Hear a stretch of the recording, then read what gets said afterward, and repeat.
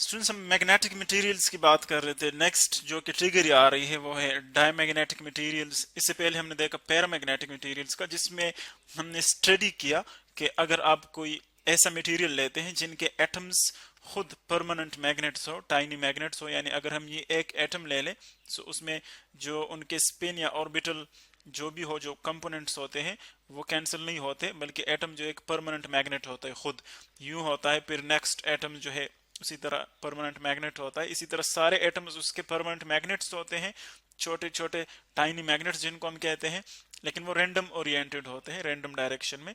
जब हम इसको मैग्नेटिक फील्ड के अंदर रखते हैं तो ये सारे एक स्पेसिफिक डायरेक्शन में आ जाते हैं, पैरेलल हो जाते हैं। सो हमारे पास जो मटेरियल होता है, इस किस्म का मटेरियल, उसको हम कहते हैं पैरामैग्नेटिक मटेरियल, यानी जिसमें एटम्स जो है वो खुद परमानेंट मैग्नेट्स हो, उनके अपने जो है डायपोल मोमेंट्स हो पहले ही से।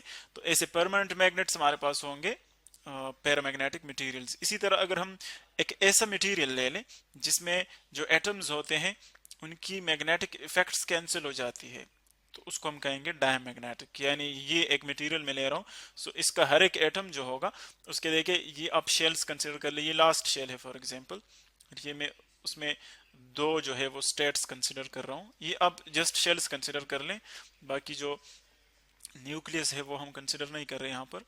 ये आप कंसिडर कर लीजिए शेल शेल। तो अब देखिए दो दो स्टेट्स हैं इस शेल में, फॉर एग्जांपल दो इलेक्ट्रॉन्स हैं, सो हम उसको यू लेते हैं। एक इलेक्ट्रॉन जो है वो यू यू ऑर्बिटल मोशन है उसकी, और जो स्पिन है उसकी वो इन दिस डायरेक्शन, अप या डाउन आप ले सकते हैं, अप या डाउन ऑर्बिटल मोशन। इसी तरह नेक्स्ट जो है ये वाला, इसमें जो इलेक्ट्रॉन है फॉर एग्जांपल उसकी जो ऑर्बिटल मोशन है वो यू है, यू। सो इनके जो स्पिन है वो अपोजिट है, ऑर्बिटल जो एंगुलर मोमेंटम जो इनके मैग्नेटिक इफेक्ट से वो कैंसिल हो जाते हैं एक दूसरे की वजह से, क्योंकि पेयर्ड इलेक्ट्रॉन्स है यहाँ पर, पेयर्ड इलेक्ट्रॉन्स। तो इसीलिए हमारे पास जो नेट इसका मैग्नेटिक इफेक्ट होगा वो जीरो होगा, यानी ये जो एटम होगा इस मटेरियल के अंदर, जो एटम है ये, इसका हमारे पास कोई परमानेंट मैग्नेटिक फील्ड नहीं होगा एज अ होल, चूंकि वो कैंसिल हो जाते हैं। तो ये डायमैग्नेटिक मटेरियल्स में आता है।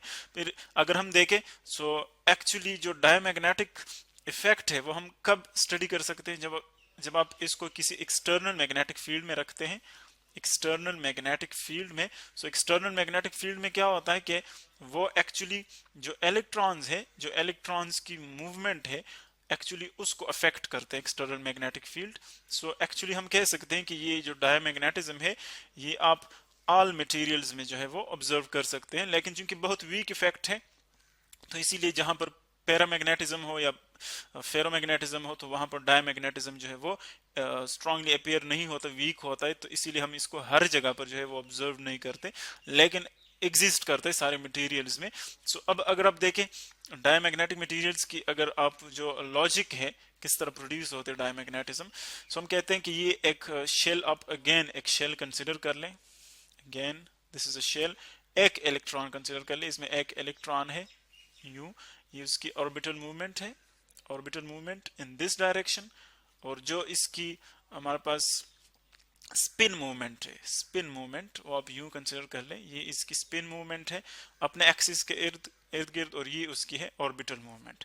सो अब क्या होता है कि जब हम इसको एक्सटर्नल मैग्नेटिक फील्ड के अंदर रखते हैं, आप कंसिडर कर लीजिए करंट लूप है, यानी वो ऑर्बिटल है जिसके अंदर इलेक्ट्रॉन मूव करता है, और यहाँ पर मैंने एक्सटर्नल मैग्नेट, देखिए एक्सटर्नल मैग्नेट बहुत ज़्यादा बड़ा होता है। इसका मतलब ये नहीं कि ये इस इलेक्ट्रॉन शेल के डायमेंशंस के मुताबिक है, जस्ट हम एक एक रफ सा डायग्राम ले रहे हैं। सो यहाँ से जो लाइंस निकलेंगे, अब देखिए ये लाइंस इससे पास हो रहे हैं, इस लूप से पास हो रहे हैं, तो इसका मतलब ये है अकॉर्डिंग टू फेराडे लॉ, अगर आप देखें हमने Faraday law of electromagnetic induction में देखा था कि आप अगर किसी लूप से magnetic lines, magnetic field lines जो है वो पास करते हैं, सो क्या होता है, ये मैग्नेटिक फील्ड लाइन उस लूप के अंदर जो इलेक्ट्रॉन्स हैं, जो लूप है, जो कंडक्टर है, उसमें क्या करता है, करंट इंड्यूस करता है या ईएमएफ इंड्यूस करता है, उसको हम कहते हैं इंड्यूस्ड करंट। सो जो करंट इंड्यूस हो जाता है उस लूप में, एक्चुअली वो ऐसे डायरेक्शन में होता है कि वो इस चेंज को अपोज करता है, यानी वो अपना जो मैग्नेटिक फील्ड प्रोड्यूस करेगा वो इस इंक्रीज को अपोज करेगा, यानी उसका मैग्नेटिक फील्ड इस डायरेक्शन में होगा, ताकि ये जो इंक्रीजिंग फ्लक्स है इसको वो अगेन कम कर सके, रिड्यूस कर सके। तो इसीलिए वो इसको अपोज करेगा, और इस लॉ को हम डिटेल के साथ पढ़ चुके हैं, जिसको हम कहते हैं लेंज लॉ। लेंज लॉ यानी इस लॉ के मुताबिक जो इंड्यूस्ड मैग्नेटिक फील्ड होगा वो इस एक्सटर्नल मैग्नेटिक फील्ड को अपोज करेगा। तो इसीलिए इसको हम कहते हैं कि उसका डायरेक्शन इसके अपोजिट होता है। बिल्कुल इसी तरह यहाँ पर भी इंड्यूस्ड मैग्नेटिक फील्ड प्रोड्यूस हो जाता है जो कि इस एक्सटर्नल चेंज को अपोज करता है। तो इसीलिए हम कहते हैं कि जो डायमैग्नेटिक मटेरियल्स हैं, डायमैग्नेटिक मटेरियल्स वो क्या करते हैं, डायमैग्नेटिक मटेरियल्स वो रिपेल होते हैं एक्सटर्नल मैग्नेटिक फील्ड से। डायमैग्नेटिक मटेरियल्स क्यों रिपेल होते हैं?